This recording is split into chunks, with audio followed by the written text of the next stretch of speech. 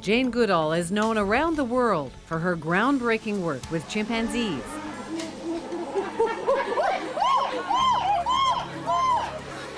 Starting back in the 50s, she spent years at the Gombe Reserve in Tanzania, slowly gaining an inside view on the unknown world of great apes.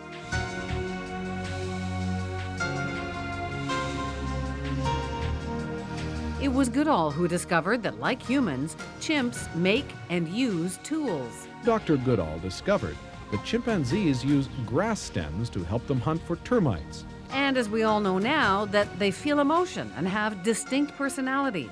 It's so obvious when you watch chimpanzees that the close bond between mother and child is desperately important. Goodall has also evolved into a powerful environmentalist. She took part in the massive climate change march in 2014.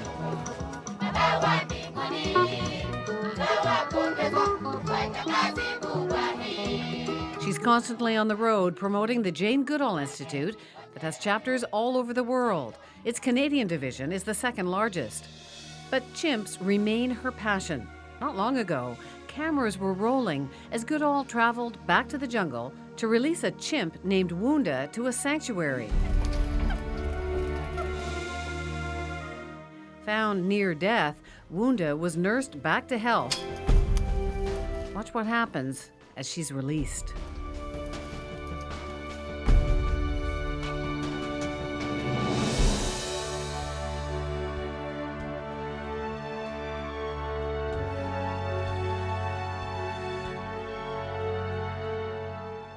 It was a very, very touching moment. One of the most amazing things that's ever happened to me. The warmth of her embrace is something I shall never forget.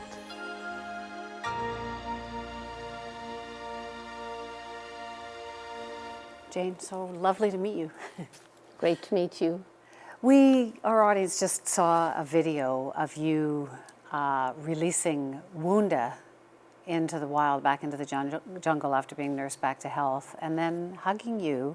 What was that like? Well, it was completely amazing because, you know, I only met her that day for the first time. Really? And I was talking to her on the boat, and I thought, well, she's with people she knows. Rebecca's the one who saved her by giving her a chimpanzee blood-to-blood transfusion for the first time. And I still thought Wunda must have been slightly worried what was happening to her now. And so I was trying to project reassurance through the bars of her traveling box. And then, you know, she ran to Rebecca, and then when she put her arms around me, it was so deliberate. She's looking around and she focuses on me and then just turns, and has never been hugged like that before. It was extraordinary. One of the most amazing things that's ever happened to me. And then she saunters off into the And she jungle. went off. She's now part of the group. There are many other chimps released there. Wunda has become the dominant individual. She'll lose out to the males eventually, but right now she's dominant. So she's quite extraordinary. Yes, she is. Well, she saw something in you. One of the African caregivers, he said afterwards, he said, how did she know that that lady was responsible for all of this? Which, of course, she didn't, but, you know, that was how he was thinking. They were all amazed. You're still at it. You just turned 82, and so what's the message? I guess there's more than one sentence there, but what is it that you're so desperate to have people know?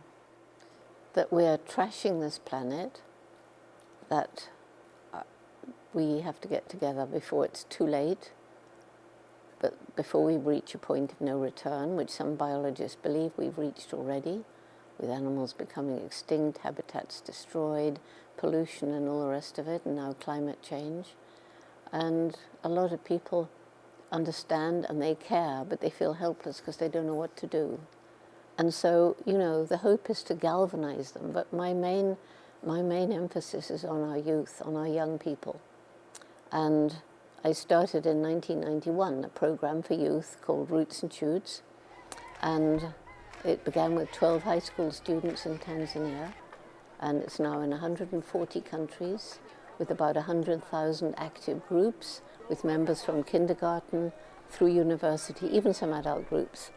And its main message is that every one of us matters and makes a difference every day. And every group chooses themselves. I think it's so successful because we don't tell them what to do, except choose a project that makes the world better for people, for other animals, for the environment we all share. So you can get kids excited, but is it the adults' fault that they're not in nature naturally? It's the fault of technology. Kids get hooked on this. It's sometimes the fault of parents who are not spending enough time with their very young children, because very young children, you know, they can indeed be introduced to nature. And it doesn't have to be the actual parent, as long as somebody does it. And so sometimes, but then as the children get older, particularly if they're involved in programs like Roots and Shoots, they're influencing their parents. There we go. How many people do you meet saying, well, I recycle because the kids make me? I have to look at the labels on everything we buy because my kids won't eat anything with palm oil in it, and on like that. And that's not just North America, that's everywhere.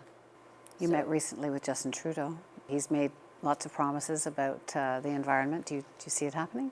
I certainly hope change will happen. He's young, he's vigorous, he cares. He seems to have ministers around him who care as well. And it's going to depend a lot on the people of Canada. And everyone says, you know, well, we can't do anything, but we do elect politicians. And if politicians are going to make a strong stand, which is going to perhaps hurt some people, but thinking of the future, people have to support him and somehow get together and find ways of solving these terrible problems where you have economic problems, where you have loss of jobs, and then protecting nature for the future. So if you could just get the best minds and the most caring, compassionate people from all the parties to come together and have a discussion about this. We have this amazing intellect. We're capable of moving mountains. Think, we've sent a rocket to Mars and the little robots creeping around taking photos. We've discovered new black holes in galaxies so many million miles away that I haven't got the numbers for it. And so I think the problem is we've got this disconnect between this clever brain, we are the most intellectual creature that's ever walked the planet, and the human heart, that's love and compassion. And if there's a disconnect here, this means that we're making all these bad decisions. And I honestly believe that only when head and heart work in harmony can we achieve our true human potential and save the planet. And we don't have that much time. I want to get back to what everyone knows you for. Just some of the beautiful, iconic pictures of you in the jungle. You headed there 1957. You were a very young woman. Not very many young women were going to Africa by themselves. I don't think any were. Well, you know, I was 23, and in those days, 23 was much younger than a 23-year-old today. Much more naive and innocent, I think. So what were you doing there? I mean, how did you think that you could survive and make the kind of world that you... Well, first of all, I was born loving animals. I met Tarzan when I was 10. You met Tarzan? Book. Well, I met him in my imagination. I read the book. There was no TV back then, so I had to use my mind. And we read books back then, and made the vow I would grow up, go to Africa, live with wild animals, and write books about them. I didn't want to do science. I just wanted to be a naturalist. And everybody laughed except my amazing mother. And I attribute so much of what I've done to her support. She would say, if you really want to do this, you're probably going to have to work really hard, take advantage of opportunity, and never give up. We didn't have any money. It was World War II raging. Africa was far away. Girls didn't do that sort of thing, as you say. So why you? Why? You had a great mom, but it must be... I was born loving animals. It was my passion, and that's what I wanted to do. And so I can encourage other children to do their impossible dreams. I've had so many letters from kids saying, you taught me that because you did it, I can do it too. And I love that. How have you changed since you were the young girl in the jungle? Well, I hope I've got more wisdom. I know a lot more. So when you look at those photos, what do you... Oh, it's very nostalgic. They were the most wonderful days. It was just so, just out there in the forest with these amazing beings with so much to learn and so much to learn from them. Well, it's been quite lovely to meet you. Thank you so much. You too. Thank you.